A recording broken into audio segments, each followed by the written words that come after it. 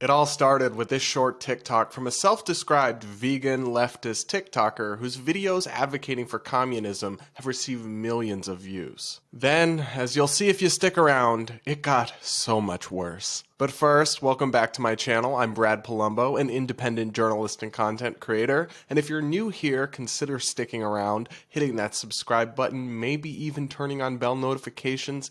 Hit a like if you're a return viewer, drop your thoughts in the comments below, and now, let's jump into it. So the original video that I showed you, it got a lot of traction on TikTok. Shocker.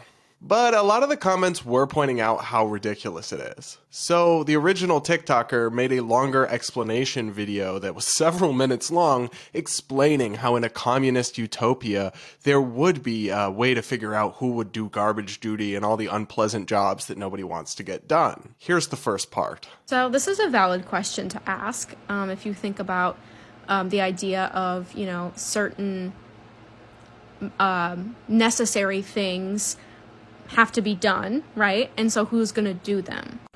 And my video that this comment was left on, what that was saying was that you can take turns. There can be a rotation, and no one has to do this for their whole life. No one has to be the garbage man, right?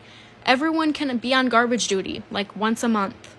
Maybe it'll be the garbage, at the houses.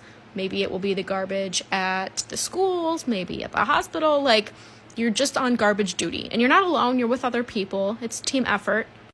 But it's asked that everyone do, this kind of, I guess, community service is how I would look at it. It's not your main job. You literally only take a few hours out of every month to, help keep the community afloat alongside maybe a few other things. And that's all. That's all you need to get in return a sense of community, all your basic needs met like food, water, shelter, healthcare, childcare.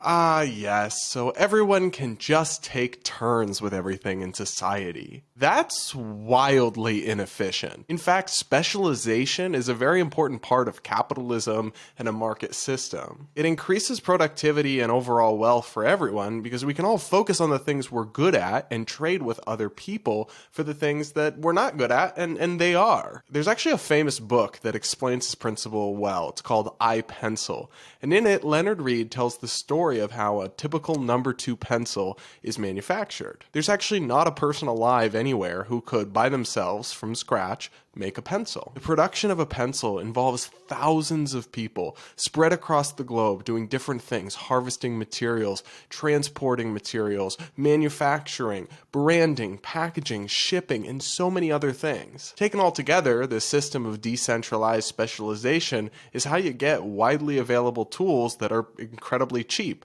like pencils. You simply couldn't have complex supply chains and systems with everyone rotating in and out of jobs all the time. People wouldn't have time to learn the different skills and specializations of the different trades. And I don't know about you, but I don't really want a doctor who's a doctor one day a month. Now, even if you steelman their argument and assume that some jobs like doctors would be exempt from this, most tasks actually aren't completely unskilled and do require some type of knowledge base or specialization that's learned up over time. So the idea that we can all just swap in and out of the different jobs is absurd. It's a recipe for a wildly stagnant and inefficient society. But also, even from the perspective of a worker, it sounds terrible, actually. In a capitalist system, I can choose what line of work I want to go into, with some pragmatic and real-world restraints. But if I love the outdoors, I can find a job where I work outside. If I am a homebody, which I am, I can find a job where I work from home and stay with my dog all day. If I like to work with my hands, I can find a job in that vein.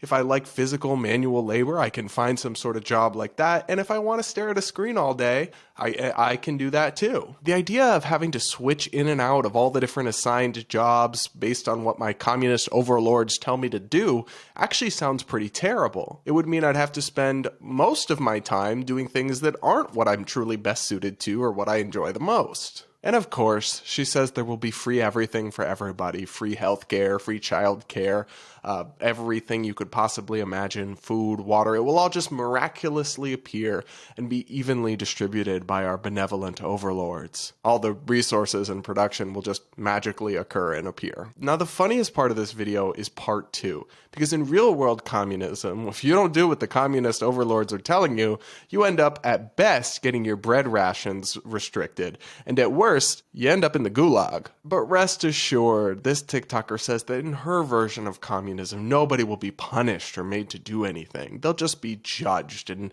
looked down upon by their neighbors. Now, I'm assuming this person is able-bodied. Maybe I'm wrong, but I'm assuming they're asking, what if I just don't want to do it? What if I don't want to go to my monthly garbage man duty?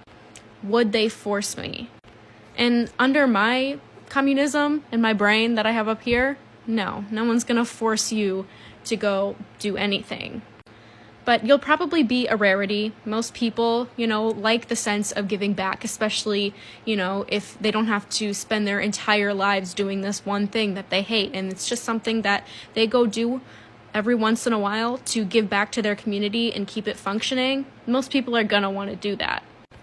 And, people aren't gonna hate you for it if you just decide, no, I'm not gonna do that. But, they might think you're kind of an ass a little bit, maybe some people, or maybe some people will be like, oh, he doesn't really put as much into the community, and you might not have as many friends, could be wrong, but no, you're not going to be forced or legally punished or fiscally punished, because there would be no money.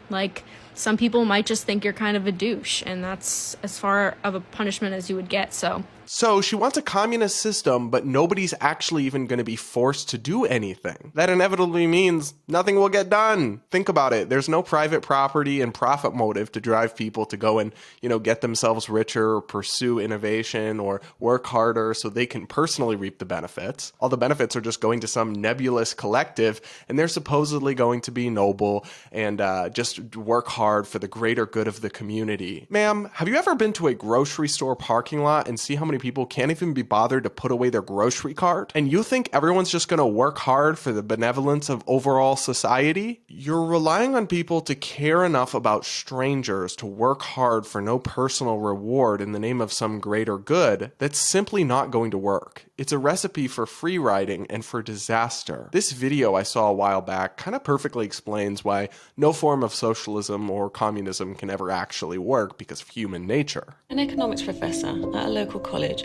made a statement that she had never failed a single student before, but had recently failed an entire class. The class had insisted that socialism worked, that no one would be poor and no one would be rich, a great equalizer. The professor then said, okay, we will have an experiment in this class. All grades will be averaged and everyone will receive the same grade. No one will fail, but no one will receive an A either. After the first test, the grades were averaged and everyone got a B. The students who studied hard were upset, and the students who studied little were happy. As the second test rolled round, the students who studied little studied even less, and the ones who studied hard decided they wanted a free ride too, so they studied little. The second average test result was a D. No one was happy. When the third test rolled round, the average was an F. As the test proceeded, the scores never improved, as bickering, name-calling and blame all resulted in hard feelings, and no one would study for the benefit of anyone else. To their great surprise, all failed. And the professor told them that socialism would ultimately fail, because when the reward is great, the effort to succeed is great. But when the government takes away all the reward, no one will try or want to succeed. I also love the part in the original video where she says that there's not going to be any money. Huh? Almost every society, capitalist or not, going back thousands of years, has had some form of money. These people are just out of touch with reality. And that's why I'm so concerned. There's always been crazy people saying crazy stuff somewhere. But now, in our modern era, it can be reached by thousands and thousands, if not millions of impressionable young people who see this nonsense and don't know any better. I really hope the young people out there on TikTok, on YouTube, or whatever who come across these communist influencers, that they learn to know better and they don't fall for this utopian nonsense, which has actually proved deadly in practice in the real world. Alright guys, that's it for this video. If you're new here, hit that like button, comment, subscribe, yada yada yada. Let me know what you think in the comments below. And if you're new here, consider clicking the box over my shoulder right now and checking out my video podcast where I discuss the news and what's trending with my co-host Hannah Cox. And with that, I'll see you all in my next video.